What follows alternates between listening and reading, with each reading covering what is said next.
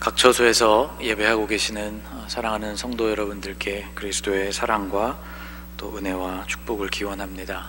여러분 강건하신 중에 아마 얼굴로는 뵙지 못하지만 잘 지내시는 한 주간이었으리라 생각이 되고,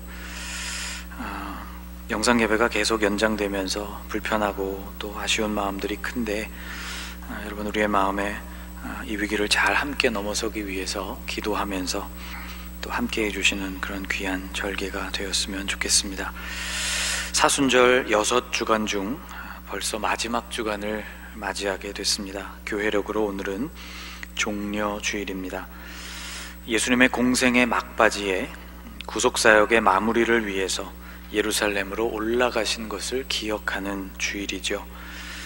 오늘 본문 1절을 보면 예루살렘을 향해 가까워졌을 때 벳바게와 베다니에 이르렀다고 기록한 것으로 보아서 예수님과 제자들은 동쪽 여리고 방향에서 서쪽 예루살렘으로 이동하고 계셨던 것으로 보입니다.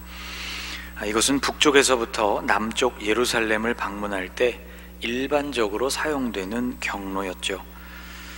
지난 주일에 살펴본 것처럼 유대인들은 일반적으로 사마리아를 통과해서 남북을 왕래하지 않고 동쪽 요단강 쪽으로 우회하여서 예루살렘으로 들어오는 길을 사용했다고 말씀을 드렸습니다.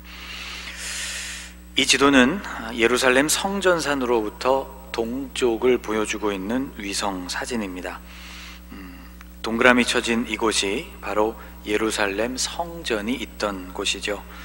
해발이 790m 정도 되는 이곳은 흔히 시온산이라고도 불렸습니다. 그 오른편으로는 그보다 약간 더 높은 감람산이 자리를 잡고 있습니다. 시온산과 오른쪽 감람산 사이에는 완만한 계곡이 하나 놓여 있는데 이곳이 바로 기드론 골짜기이죠. 감람산 벳바게는 바로 표시되어 있는 여기 감람산 남동편에 위치하고 있고, 남동쪽으로 더 내려가면 베다니가 나옵니다. 현재는 알-에이자리아라고 불리우는 아랍 사람들이 살고 있는 마을이죠. 이곳 베다니는 나사로, 마르다, 그리고 마리아가 살던 곳이기도 했습니다. 예수님은 이곳에서 죽은 나사로를 다시 살리시기도 했고, 6월절 엿새 전에는 시몬의 집에 머무실 때 한 여인이 예수님께 향유를 부어드린 일도 있었죠.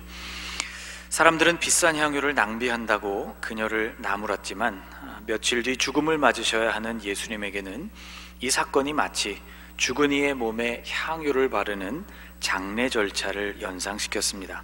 그래서 주님은 그녀를 가만히 내버려 두라고, 그녀의 행동은 당신의 장례를 미리 준비하는 것이라고, 복음이 전파되는 곳에는 그녀가 행한 이 일도 전하라는 말씀을 들려주셨습니다. 그러니까 아마도 예수님의 이동 경로는 이곳 베다니를 거쳐서 벳바게에 도착을 하신 다음 감람산을 넘고 또 기드론 골짜기를 통과하여서 성전으로 들어가시는 그런 경로였을 것이라고 생각합니다. 오늘 본문은 아니지만 오늘 본문 바로 뒤에 이어지고 있는 11절 말씀을 보면 예루살렘 성전에 들어가셔서 모든 것을 둘러보신 주님께서 날이 저물자 제자들을 데리시고 다시 베다니로 돌아가셨다고 기록되어 있습니다. 그러니까 예수님은 당신의 생의 마지막 며칠을 바로 이런 지역들을 오가시면서 사역했다는 것을 알 수 있죠.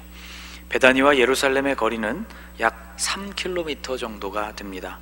우리 교회에서 서현역을 약간 더 지나가는 거리 정도이죠. 왔다 갔다 하기에 별로 먼 거리가 아니었습니다. 아무튼 이렇게 예루살렘으로 오시던 중 예수님께서 베다니와 벳바게 근처에 이르렀을 때 주님은 제자 2명을 맞은편 마을로 보내셨죠. 이 맞은편 마을이 어디였는지는 잘 모르겠지만 주님은 그곳에서 나귀를 한 마리 끌고 오라고 말씀하셨습니다.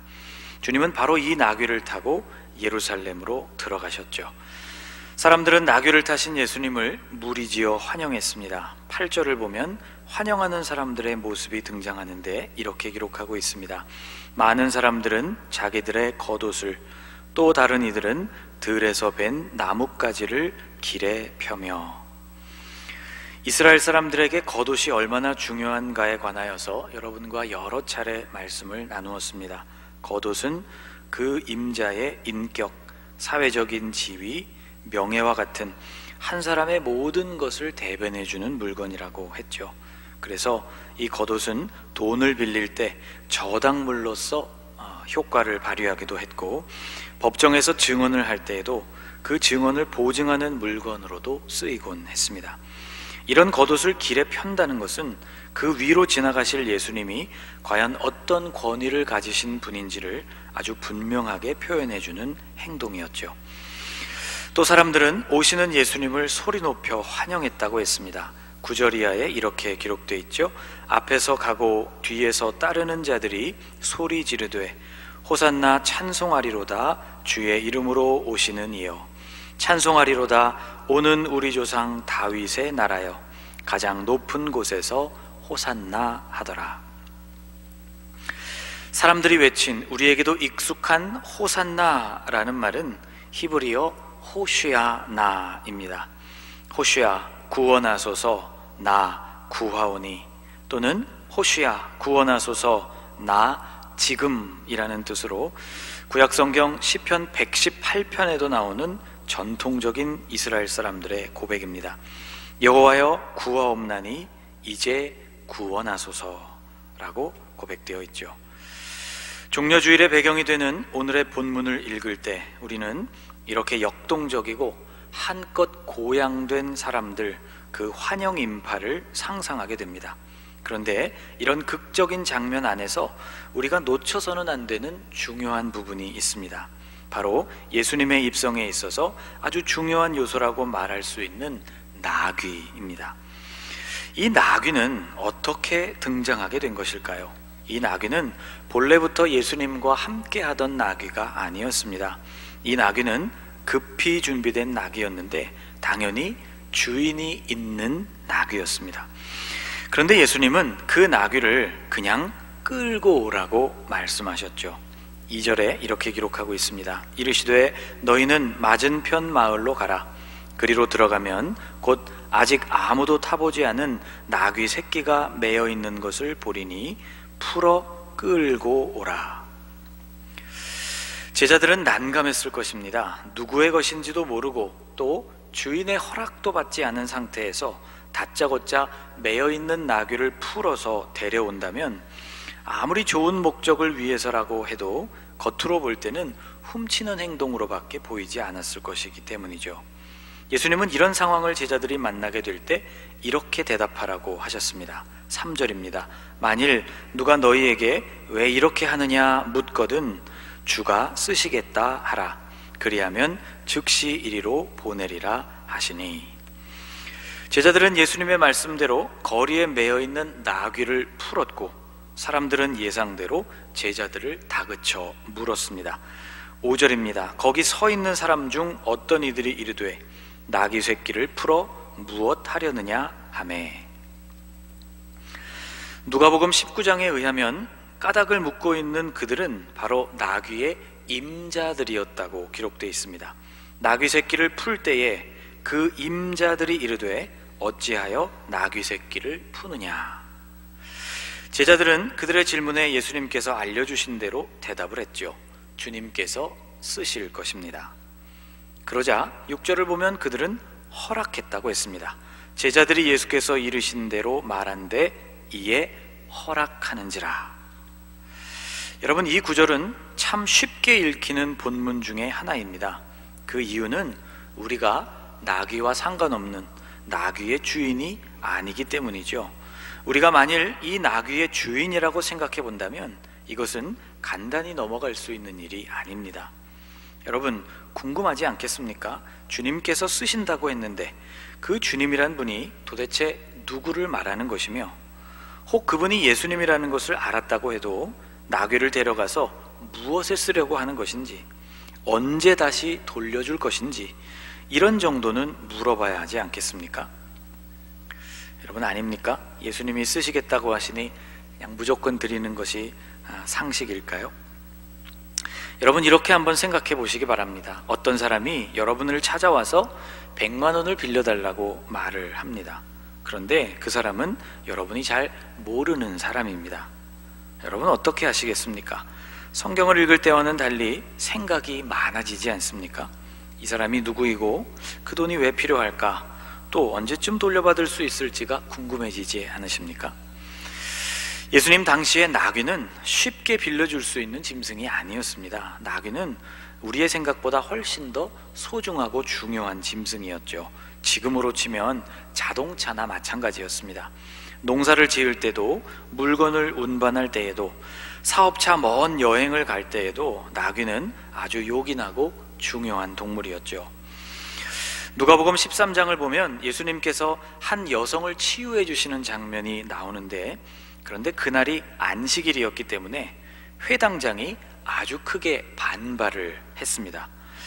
회당장이 이렇게 말했습니다. 회당장이 예수께서 안식일에 병 고치는 것을 분내어 무리에게 이르되 일할 날이 엿새가 있으니 그동안에 와서 고침을 받을 것이요 안식일에는 하지 말 것이니라 하거늘.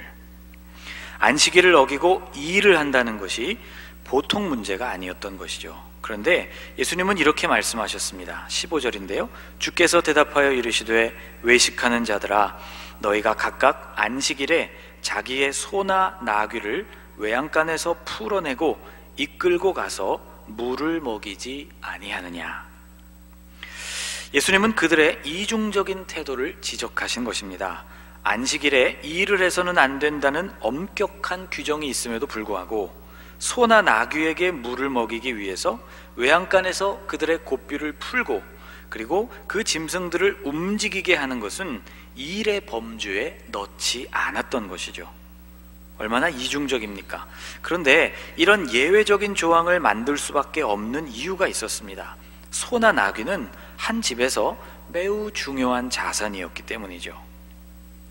그러니까 지금 제자들이 낯선 마을로 들어가서 이렇게 귀한 나귀를 마음대로 풀어서 끌고 가려고는 이 행위는 쉽게 용인해 줄 수 있는 행동이 결코 아니었다는 것이죠. 더구나 그 나귀는 오늘 본문에 의하면 아직 아무도 타본 적이 없는 새 나귀였습니다. 지금으로 친다면 금방 뽑아온 새 승용차라고 말할 수 있겠죠. 그런데도 이런 나귀를 풀어가면서 어떤 상이나 양해조차 없습니다. 주인의 입장에서 본다면 얼마나 황당하고 무례한 일이었겠습니까? 자, 이런 상황에서 주인들은 당연히 지금 당신들이 뭐 하는 거요? 라고 묻게 되었고, 제자들은 예수님께서 알려주신 대로 주님께서 쓰시려고 한다고 대답을 했습니다. 알려주신 대로 대답을 하기는 했지만 아마 제자들은 속으로 드디어 올 것이 왔구나, 그런 생각을 했겠죠. 바짝 긴장하면서 눈치를 보고 있었을 이 제자들에게 그런데 뜻밖의 반응이 나왔습니다. 제자들의 대답을 들은 주인은 순순히 그렇게 하라고 나귀를 내어준 것이죠. 아니, 이게 무슨 일일까요? 그래서 오늘 본문 6절은 아주 놀라운 구절입니다. 다시 제가 읽어보겠습니다. 제자들이 예수께서 이르신 대로 말한데 이에 허락하는지라. 이에 허락하는지라. 여러분, 주인은 더 이상 묻지 않았습니다. 제자들이 말한 주님이 누구인지 몰랐지만 성령의 감동으로 나귀를 보내주게 된 것인지, 아니면 그 주님이 예수님이신 줄을 알고 나귀를 그들에게 내어준 것인지는 잘 모르겠지만 이 주인은 어쨌든 자신의 소중한 재산이었을 그 나귀를 순순히 내어주었습니다. 이번에는 이 나귀의 입장에서 한번 생각을 해보겠습니다. 여러분, 이 나귀는 새끼 나귀, 곧 젊은 나귀였습니다.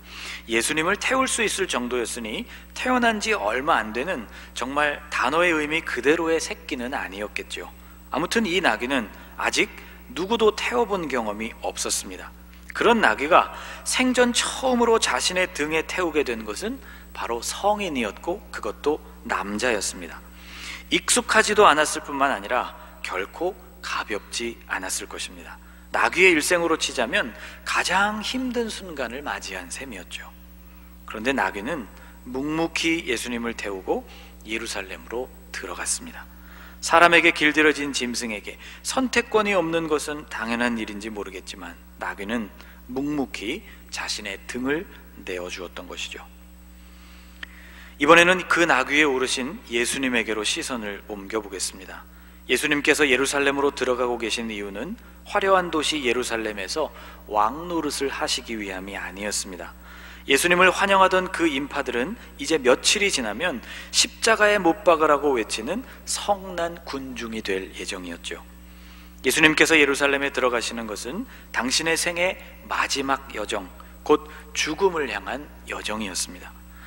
아직 겟세마네 기도를 들으시기 전이었지만 예수님의 마음에는 이미 당신이 감당하셔야만 하는 육체적인 죽음과 그리고 하나님과의 영적인 단절이 아주 무겁게 다가오고 있을 것이 분명했습니다. 예루살렘 입성은 위대하고 숭고한 여정임에 틀림없었지만 유쾌하고 즐거운 여정은 결코 아니었던 것이죠. 그러나 주님은 그 길을 묵묵히 가고 계셨습니다. 흔들흔들 나귀의 흔들림에 몸을 맡기시면서 죽음을 향해 점점 다가가고 계셨죠. 오늘 본문을 읽어보면 마치 한 장의 그림 속에 다시 여러 개의 액자가 들어있는 것과도 같은 인상을 받게 됩니다. 각각의 액자들은 모두 다른 장면들을 담고 있지만 모두 하나의 주제를 드러내고 있습니다. 제자들은 다짜고짜 나귀를 데려오라는 주님의 당황스러운 명령을 따라 움직이고 있습니다. 나귀의 주인은 자신의 소중한 나귀를 순순히 보내주고 있죠.